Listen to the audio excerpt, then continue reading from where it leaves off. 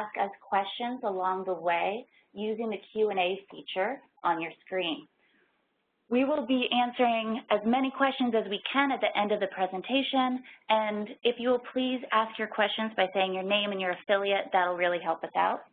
And we have your email addresses, so we will try to get to as many questions that we can answer in the webinar as soon as we can.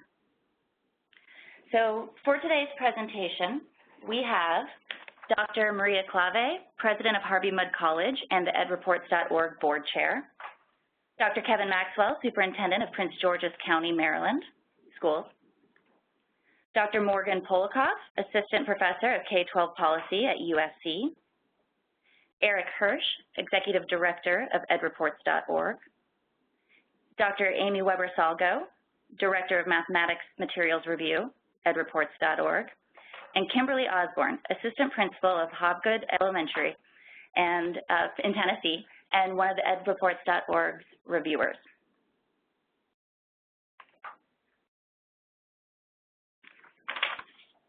Now I'd like to introduce Dr. Maria Clave, President of Harvey Mudd and EdReports.org Board Chair, to talk us through the mission, vision, and founding of the organization. Maria?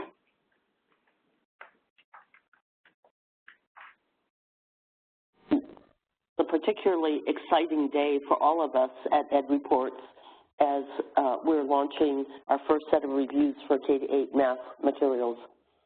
I'm going to just talk very briefly about why EdReports is important. Then I'm going to spend a few minutes on how EdReports came to be, and then I will be turning it back over to the EdReports team to tell you a little bit more about the process. So the first thing I want to say is that the whole idea behind EdReports is that we want to do everything we can to ensure that every teacher and every student has access to the highest quality instructional materials. And I think we're all very optimistic about what's going to happen with the new Common Core standards, but we're perhaps a little bit less optimistic, at least as we thought about the advent of the Common Core standards 3 years ago. We're a little bit less optimistic that all of the materials, instructional materials that would be out there would actually be fully aligned. And we know that having excellent academic preparation is one of the most important things that prepare students to go on to careers and to contribute to the economic future of our country.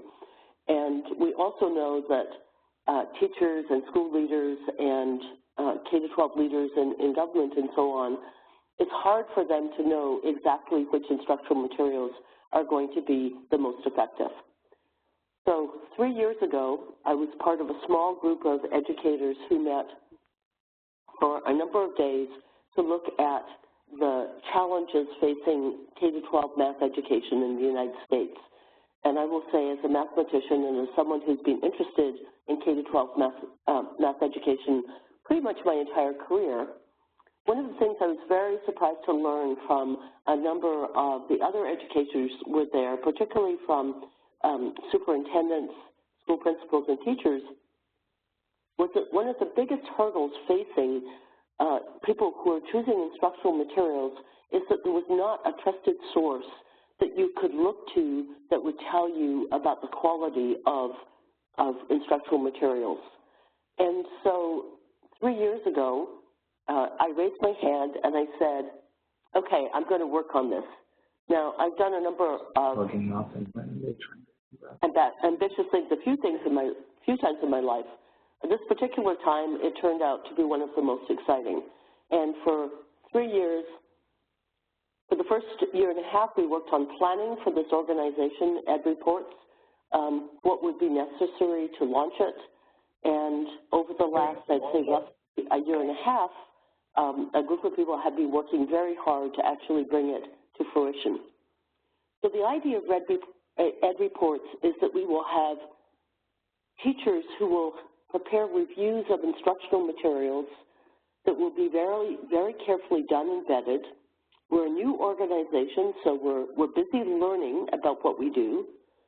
But our goal is that over time, we will partner with publishers teachers, school leaders, and so on, to actually elevate the rigor and the quality of materials.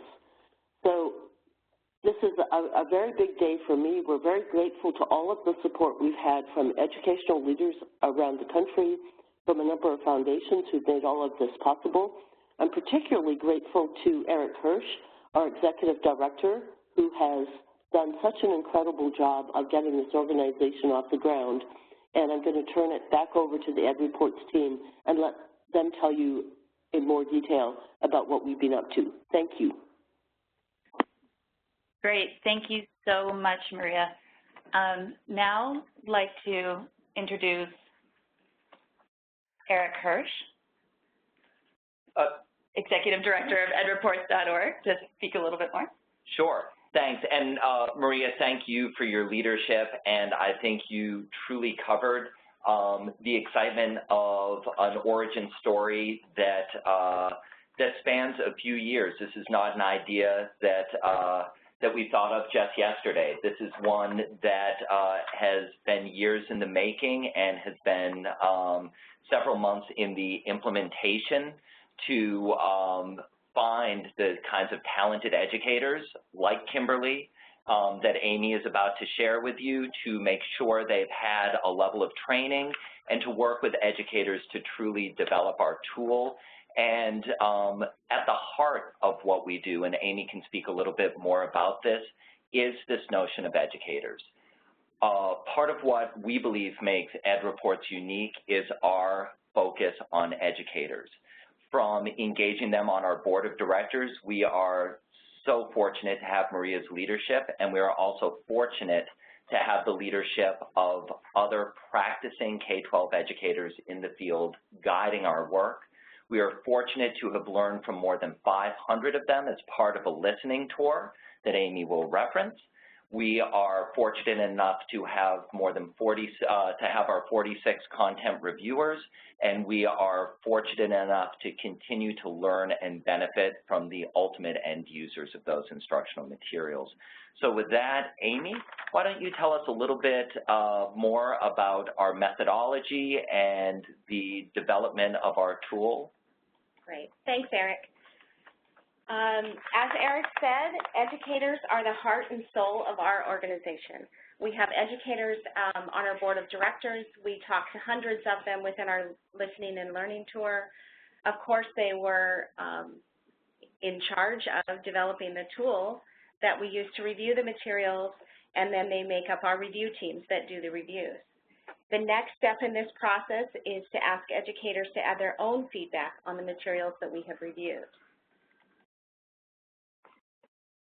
As we started to develop our tool, we put together a small group of educators. We looked at the great tools that were already out there that were developed to look at lessons or individual units. We looked at state adoption rubrics, Math Curriculum Analysis Project from NCSM, the EQUIP, the IMET, OER rubrics, to gather information that would help us put together a really rigorous tool to analyze year-long curriculum materials. We wanted this tool to include the shifts addressed within the Common Core. We wanted focus, coherence, rigor, and the mathematical practices to be prevalent. We also wanted a gateway system so that if the materials did not provide the focus, then we would not move on to other portions of the review like usability. As we were developing the tool, we were also developing the training and the support that our reviewers would need.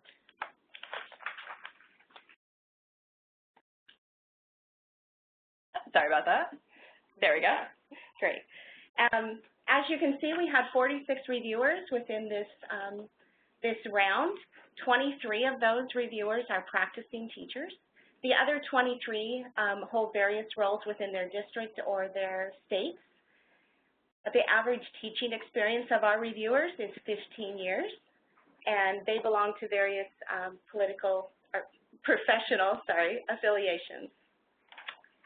As these reviewers came to us. Sorry, I'm having just a problem here. This is Lauren again. I apologize. You're seeing the jumps in the slides. We'll get you a driver's ed course to go along along with your PowerPoint driving. Right. No worries. As these reviewers came to us, we knew that they had deep content knowledge in mathematics. We knew that they understood the standards on a deep level. We knew that they understood the shifts. So the training we provided them was on how to use our tool and how to recognize those pieces within materials. We provided over 20 hours of training for these reviewers, and then we put them into teams, and each team had 3 or 4 reviewers along with a lead reviewer or facilitator. And at this point, I'm going to turn over to one of those fabulous reviewers, Kimberly, and ask her to walk you through what a weekly review process looks like. Kimberly? Hi, good morning. This is Kimberly Osborne. Being an EdReports reviewer has afforded me, and it did afford me, an awesome experience for several months. As a reviewer, I was immersed in every math standard from kindergarten to 5th grade. I am an assistant principal, and part of my job is to make sure that all the standards are being taught. This process tweaked what I do every day because it gave me an in-depth look at each grade level standard. As a part of the review team, we held a weekly meeting, a phone conference for a minimum of an hour each week to discuss evidence based on a pre-identified indicator of the instructional tool. Not every week did we come to a conclusion. Some things we had a table and wait to the next week, so we went back and we found further evidence that we would present on our next call before determining the outcome of that indicator. I decided to become a reviewer because the textbook outside of technology is a very expensive purchase made for every student within most school districts. I believe the textbook should be a valid resource and one of the top teacher resources outside of experience because it brings the commonality that each student and teacher can share. When a novice teacher enters the building, the textbook is vital. As a new teacher, will use the textbook religiously because they believe it accurately depicts the content that they are expected to teach students at a mastery level. So I wanted to be a textbook reviewer because I desire to make textbook an accurate reflection of focus, rigor, and coherence of the standard. And because textbooks are universal and they provide every zip code access to high-quality learning materials.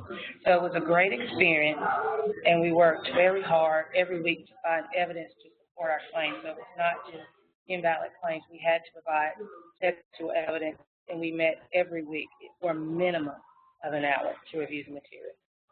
Great. Thank you, Kimberly. And just to explain a little bit more about the details on this slide, our reviewers examined all the materials individually on their own. They collected their evidence. They brought all that evidence to the table every week. They had their weekly meetings. Some weeks they made decisions specifically on an indicator. Other weeks they decided we need to go and collect more evidence in order to make a decision. Along with that, each lead reviewer calibrated with other lead reviewers every week who were reviewing other sets of materials to make sure that we were all using the tool in the same way.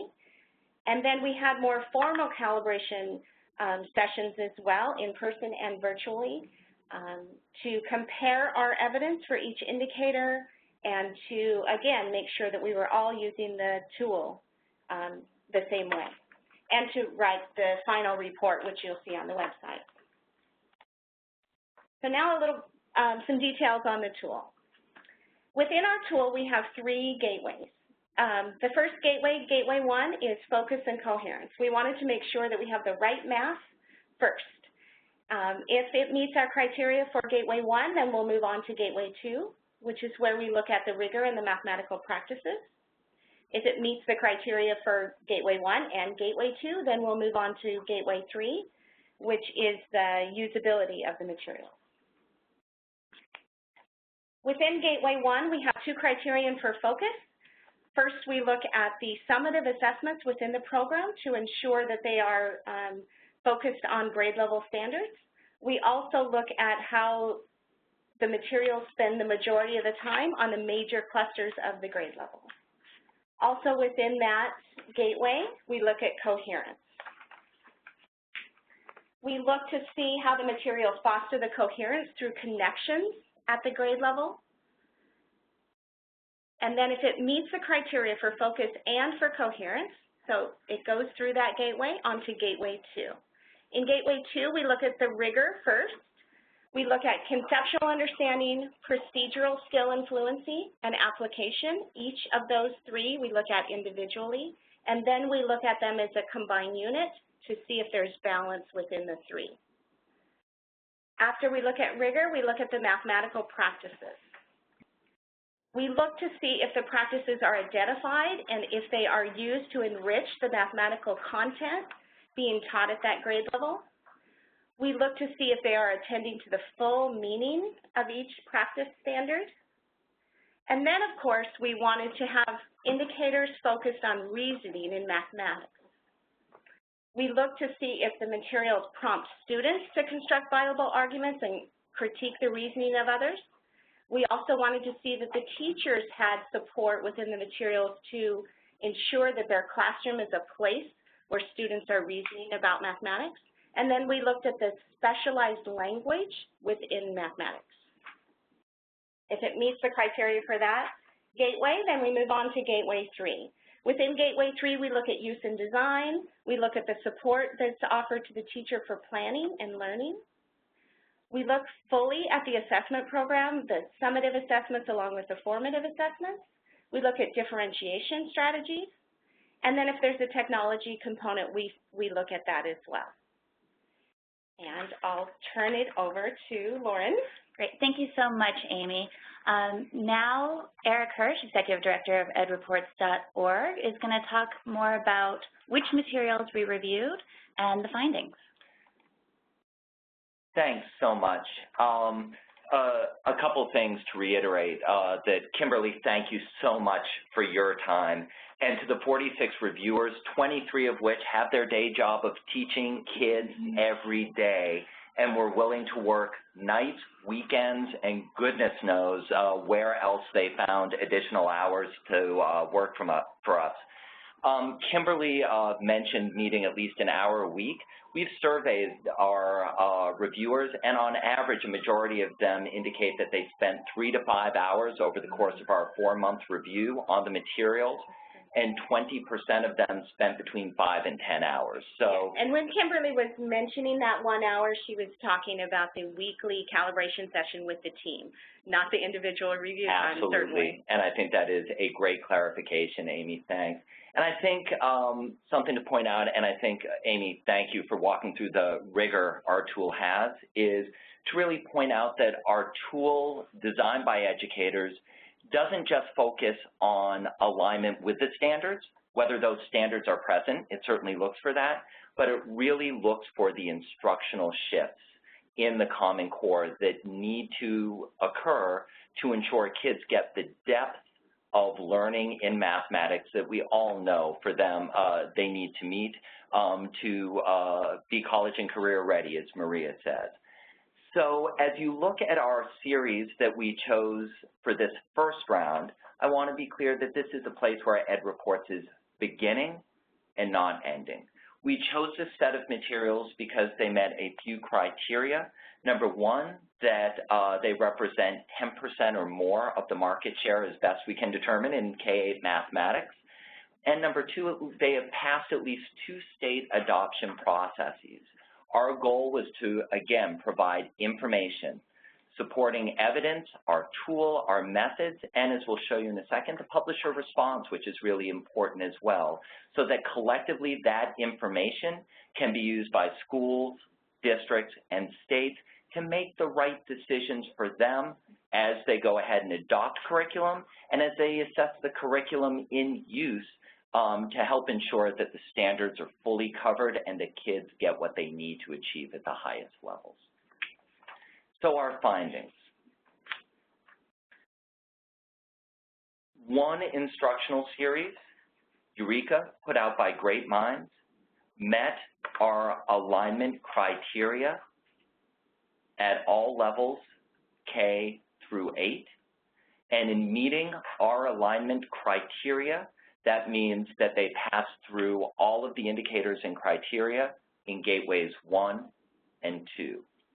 Additionally, Great Minds K through 5 passed through Gateway 3 and met our criteria for usability. Another instructional series, My Math, met our alignment criteria for both Gateways 1 and 2 in grades 4 and 5, and partially met in grades 1 through 3, making it through Gateway 1. We did not review My Math into the third Gateway for grades 4 and 5 based on an agreement with McGraw-Hill, given that the teacher edition was under revising during our review, and we collectively thought that may influence the ratings on usability. Another 4 series had at least one grade that partially met our alignment criteria. Go Math had 6 grades, which passed through our Gateway 1, showing it had the focus and coherence so critical for our alignment decisions with Common Core in place. Expressions, grades K1 and 2. Digits, grades 6 and 8. And grade 8 for Math and Focus. The other series we evaluated did not meet our alignment criteria. As you can see here, with a graphic by grade, because we know so many of the over 600 of you that are on are maybe teaching grade 1 or 3 or 5 and are very interested in the grade level information. Again, you can see here the series that fully met our alignment criteria, which is passage of Gateway 1 and 2. Again, the grades that partially met our alignment criteria in Go Math Expressions, Math and Focus, My Math and Digits, and the series that did not meet our alignment criteria.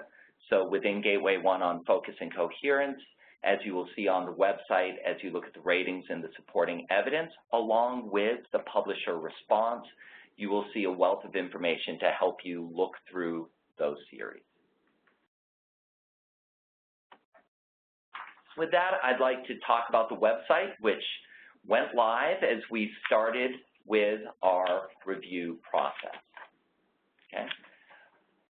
There is a lot of information on this website. Our goal in trying to provide information to the field, we understand the field is broad. There are those who want to dip their toe in the water and only see some information and ratings. And of course, we know those of you who are using these materials and are so enmeshed in them, down to teaching them with your kids, are looking for a level of detail and supporting evidence that can really help you benefit from our reviewers in different ways. We're excited that we think we have met this need. You can see a few things right off the bat. Where the EdReports logo and arrow is, if you click on that, you will see a 3-minute video that puts our educators front and center. They're what we are all about, and that gives you a little bit about EdReports. You can see clear links to our methodology, which includes links to our tool, our mission, and other information. Okay? The other thing to note is we've designed the website to be of use on any device.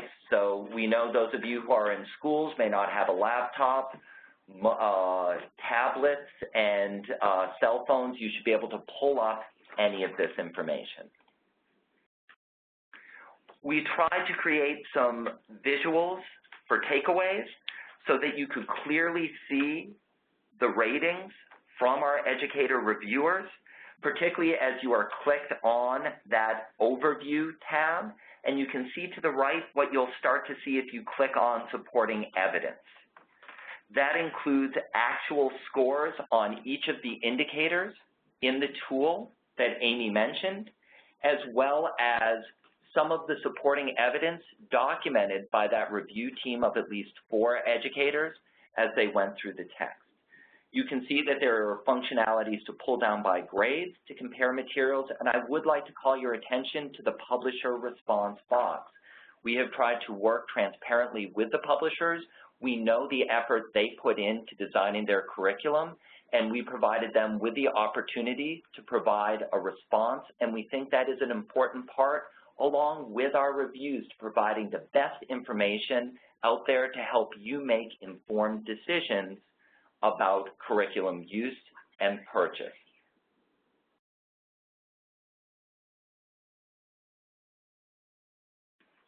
Okay.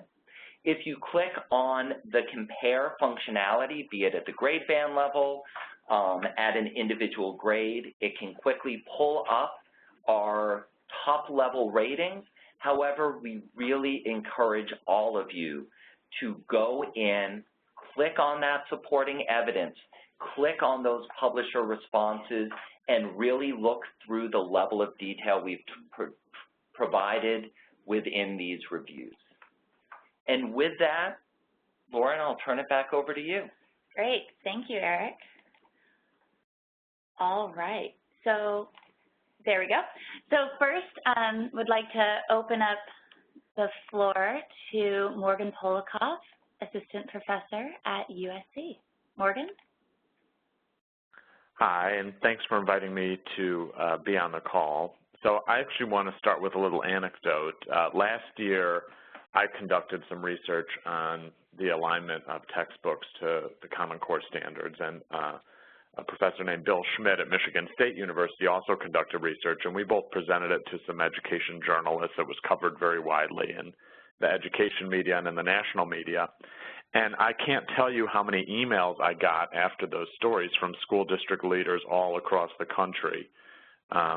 You know, districts and states and even individual teachers are really clamoring for quality information about curriculum materials. And it's very hard to do this kind of work, you know, on your own as a school district. And even if you could, even if every district could do this kind of work on their own, it's not clear that that's a real great use of resources to be, to be duplicating these exercises hundreds or thousands of times. So I think that it's great to give people more information to make more informed decisions, and I hope that EdReports is not the last of these kinds of analyses. I hope that other people who are interested do other kinds of analyses looking at other criteria so that we can learn about the quality of curricula from multiple dimensions. So with all that said, I think that the findings of this first round of analysis highlight the overall questionable alignment of existing curriculum materials to the new standards. And in that respect, they generally support with and agree with the findings that Professor Schmidt and I presented last year. So the fact that we have 3 different methodologies telling us more or less the same thing, I think is promising and sort of lends some support to the validity of the various approaches. Another finding that I want to pull out is that it looks to me like some of the materials that were developed from scratch to align with the standards appear more aligned on average than those materials that are sort of repurposed versions of materials that were built for previous standards. And I found some evidence in my work that there was much more similarity between old and new versions of a given textbook than there was between either version and the standards. And so I think we need to see the extent to which that plays out more broadly. In terms of the methodology that they used, it's very clear that they were very thoughtful about looking at existing methodologies that are out there. And I will say that even though this kind of work is very important, I don't know that there is sort of a best way of doing this kind of analysis. So again, I think it's useful that we have different folks trying different approaches.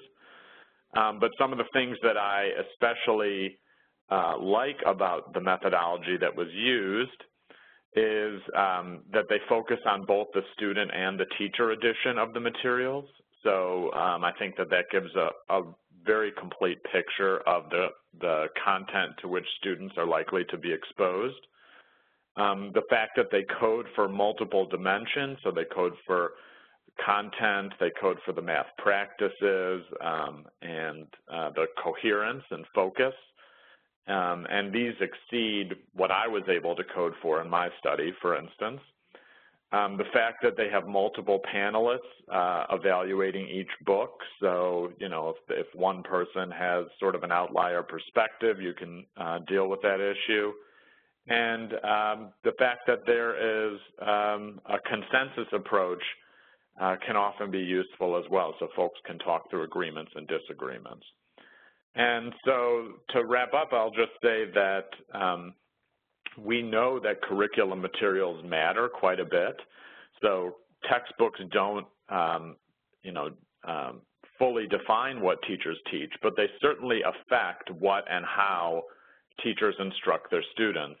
And we also know that they have a direct and sometimes large effect on student achievement. So I'm very excited for this kind of work, and I'm hopeful that that both in research and practice there will be a renewed attention to curriculum materials and their role in helping teachers implement standards. Great. Thank you so much for your insights. Now we're going to turn it over to Dr. Kevin Maxwell, Superintendent of Prince George's County, Maryland Schools, who will give us some insights about how districts and schools can use these findings and reports. Dr. Maxwell? Oh, sorry. There we go. Am I there? Dr. Maxwell? There you go. Yep, I'm here. Got me? Yeah, thank you. So thank you very much for including me as well. I agree wholeheartedly with a lot of what Morgan said. I think that we do spend a lot of time and energy reviewing textbook series and trying to make the right decisions for the instruction of our children, and having an independent verification place to go is really, really helpful for us to use, because, when you talk with different, and it doesn't matter whether it's instructional materials or others, everybody wants to tell you that their materials will do what it is you need them to do. And everybody, as we've moved to Common Core, is saying, well, all of our materials are aligned with Common Core. And it's very challenging and time intensive for us to be able to, review all of the textbooks at every single grade and to be able to do that evaluation for everything that's available. So it can be very costly in terms of time and money. And so what we want to look for is how do we really know what the best things are, and how can we do that in a pretty efficient way. So having something that is a lot like, your consumer reports that gives you, a view of what a product is like, or knowing that when you're buying the Energy Star appliances that you're getting a certain kind of quality, as long as you understand what those qualities are.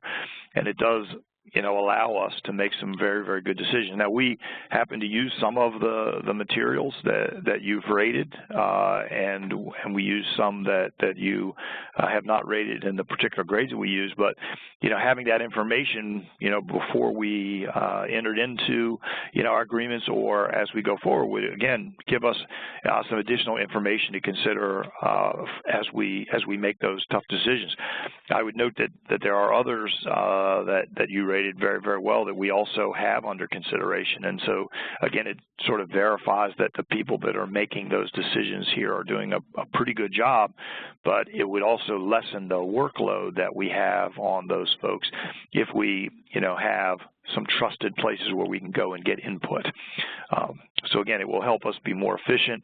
It will help us understand that the materials are focused, coherent, and usable for our teachers. And I too like the fact that it's the student work and the instructor work as well. So it's really great from our perspective, and I hope that we'll have more materials coming out soon, more reviews coming out soon.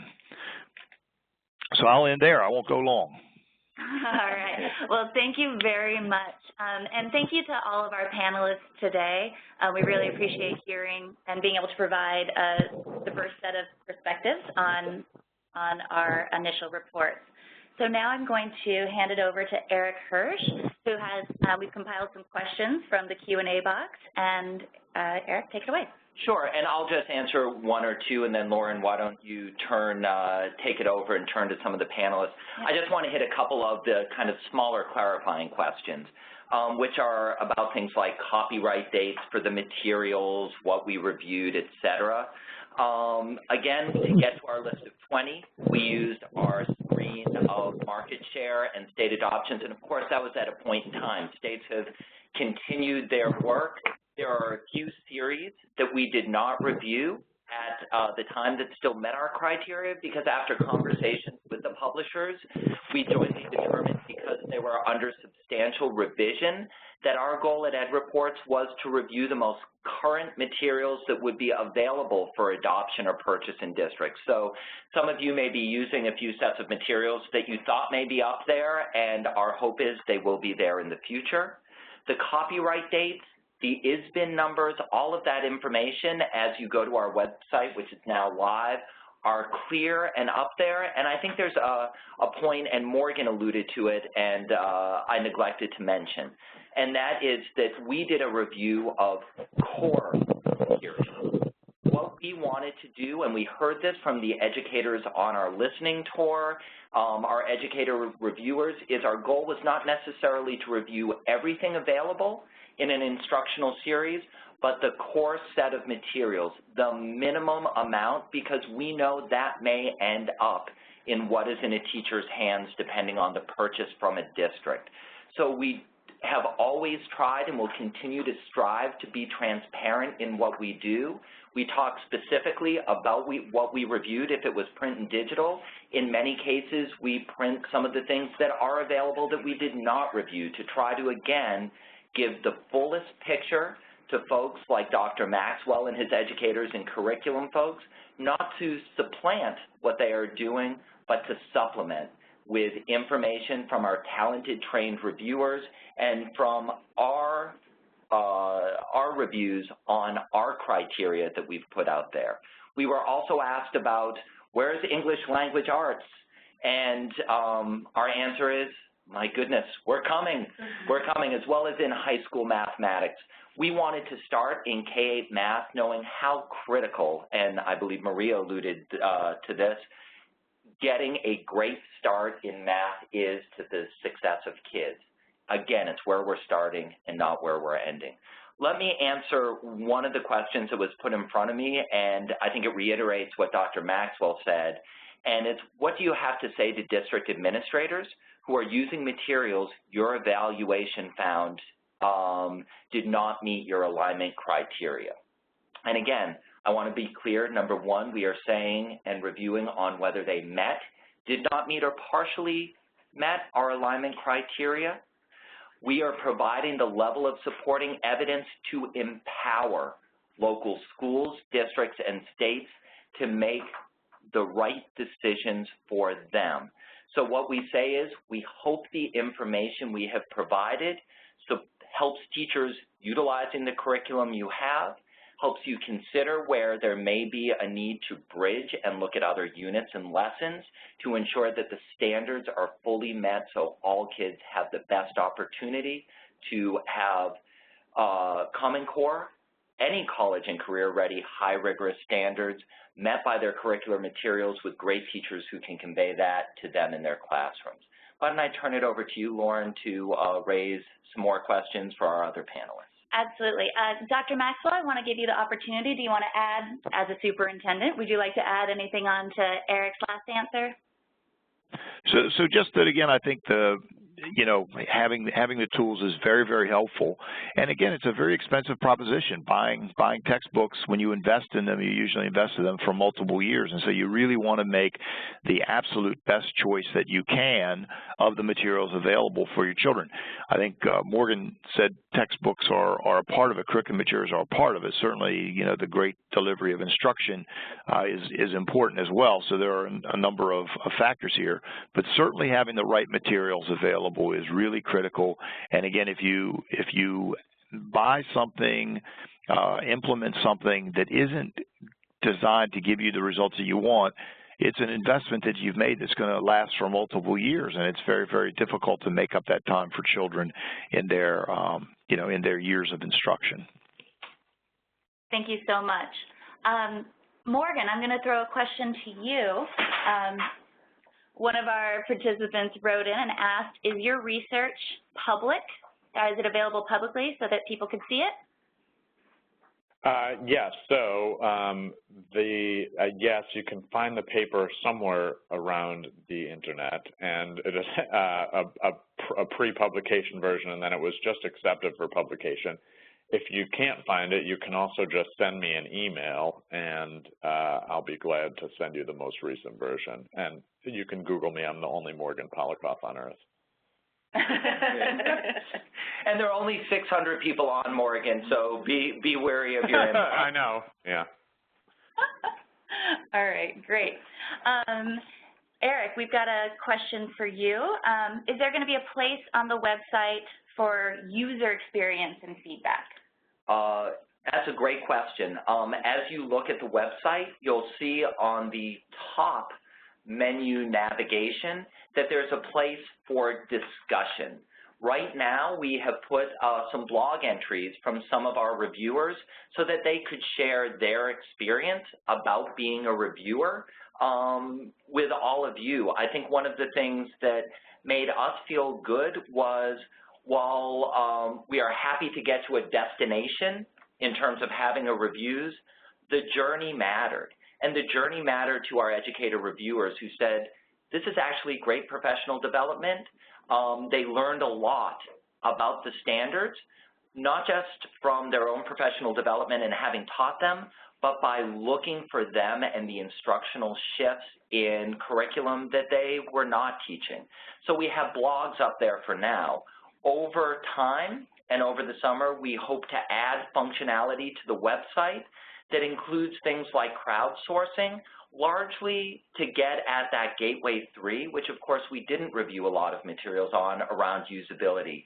We certainly want to create a place where we can have a dialogue, an open dialogue about instructional materials, and those end users who are experiencing all of these materials, I'm sure, have thoughts, things to add and to share with the community at large, and we hope to have a forum that allows for that free exchange. And again, it's all about getting information out there to help folks make great decisions.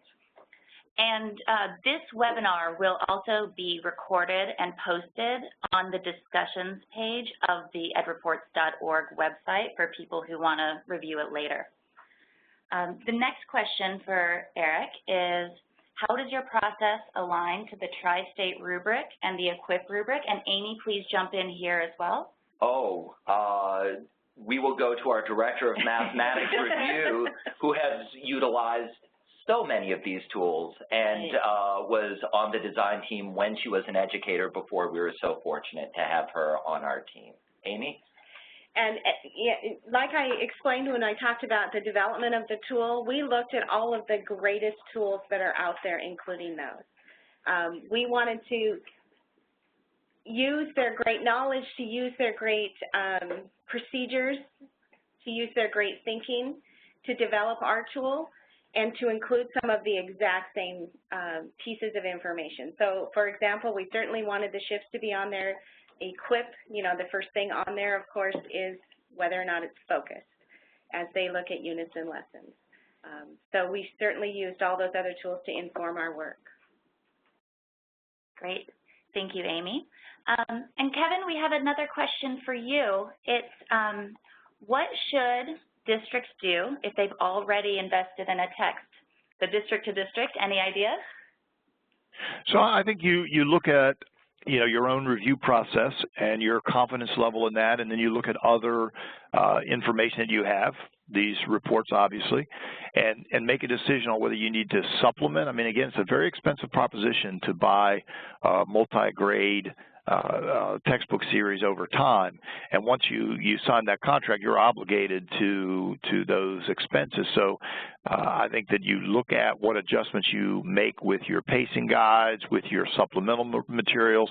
I don't know that you just throw it out and go over again. I think that as you get ready to review for your next series, you take the reports in to consideration, along with, again, the other input that you have. I agree with, I think it was Morgan earlier who said we hope that there are going to be even more of these, and with the person who asked, when's English language arts coming along? We, again, the independent look at these things is a factor that you should take into effect, but you can't just, take what could be in large districts at least multi-million-dollar contracts and just abandon them. You need to look at how you can do an interim solution. If you look and you say, well, I agree that these things are missing, so then how can you supplement that work with your teachers? Great, thank you so much. Eric, question for you is, what is the timeline for the other reviews that you mentioned earlier in the webinar? You bet. As quickly as possible. And I want to be clear that where we started with our criteria around market share and state adoption was a place to start, not where we hope to end. So as we move forward in K-8, we continue to hear from districts, states, educators, and publishers asking us how to be included in our review process. We will be working to determine our next set and, again, be getting those out on a rolling basis. So please keep coming back to the website. It will not be static. Again, we are trying to move forward on the discussion side, and we will begin getting reviews up in groupings as opposed to large launches. In terms of our timeline, we are, again, working with educators now to develop our high school mathematics tool. We'll be selecting materials to review late spring and begin our review this summer. We also, in ELA, will begin developing our tool with a set of educators. This summer, also begin to have our set of reviews and hope the end of this year into the beginning that we have the same sort of high quality information out there for the field, not just in K-8 math, but in high school and ELA. And a related question is, can districts use the EdReports.org tool on their own? We, again, have tried to be as transparent as we can with everything we do. Our methodology is up there and available. The tool is up there and available. And we hope that utilizing educators as part of this process, as we know so many states and districts do, is something that everyone can take away the value of having teacher voice and including them in this process. EdReports stands ready to help districts and states in utilizing the tool. It's complex. Amy mentioned the 20 hours of face-to-face training that we did prior to undertaking this, our continued individual reviews, weekly meetings on calibrating on topics. So yes, the tool is there, our methodology is there, and I also want to be clear that utilizing any review tool like this requires some training and some real work with some talented educators, and we stand ready to provide advice and help from what we've learned to date. Great. Thank you, Eric. Question for Amy, a clarification question about which materials fully met the alignment criteria. The question is, so to clarify, only Eureka and Go Math fully met the alignment criteria, Amy? So the alignment criteria, of course, is made up of Gateway 1 and Gateway 2. Eureka met that in every grade level, K through 8. Go Math met that requirement in 2 grade levels, 4th and 5th grade. And I think another thing to note, 31 of the textbooks that we reviewed met our criteria for focus, 1A and 1B, that they were not teaching and assessing standards prior to the year that they should according to the standards, and covered the major work of the grade. So again, as you go into the supporting evidence, this is where you can start to really see each textbook at each grade level and the series to really get information. And Eric, I misspoke on that. I think I said Go Math instead of My Math. My Math Correct. Made it in 4th and 5th grade. Thank you, Amy. Excellent. Thank you so much. Amy, just a last question. How can people become reviewers for the upcoming rounds of reviews? Great. That's a fantastic question. Oh, it is a fantastic question. We will. So on our website, if you go into our discussion About us, we have a place where you can apply to become a reviewer. And to help us out with each of those categories, we will need more reviewers in K-8. We will certainly need reviewers to start in high school and in ELA this year. So go ahead and go on in there and apply. That's fabulous. And one of the things we're really excited about, again, is what we've heard from our reviewers. We hope this can really enhance district capacity to conduct their own reviews. So we try to get as diverse a group of reviewers as we can from different types of schools, districts, and states across the country, and know when those reviewers go back to their day job teaching that ultimately their ability to utilize a rubric such as ours and other rubrics and to really look for the kinds of instructional shifts that are in our tool will be greatly enhanced by their participation in our process. Great. And we have one more clarifying question on Eureka. Amy, do you mind answering? How did Eureka do on Gateway 3, which is usability? Great. So in usability, we did review all of the grade levels K-8 in Eureka because they had passed or met our criteria for alignment in Gateway 1 and 2. In K-5, they met our criteria for usability, and in 6-8, they partially met the criteria for usability. And I'd like to clarify for the My Math grades 4 and 5 also met those criteria for alignment for Gateway 1 and 2. And prior to the review, we had decided not to move forward with Gateway 3. We look forward to resuming, when those teacher editions are available, our review of My Math grades 4 and 5 on usability. Great. And here's a question that I know a lot of teachers will love to hear the answer to. Eric, what is the EdReports.org plan on reviewing online materials? Within the 20 series, we have some that are text, some that are digital, and some that are a combination. EdReports stands ready to look at any year-long curriculum, be it online or text, utilizing our tools and our educators to see if they meet our criteria around alignment and usability. The delivery mechanism is something that we can handle either way. And here's a question that a lot of our attendees have asked is, why was Envision not reviewed?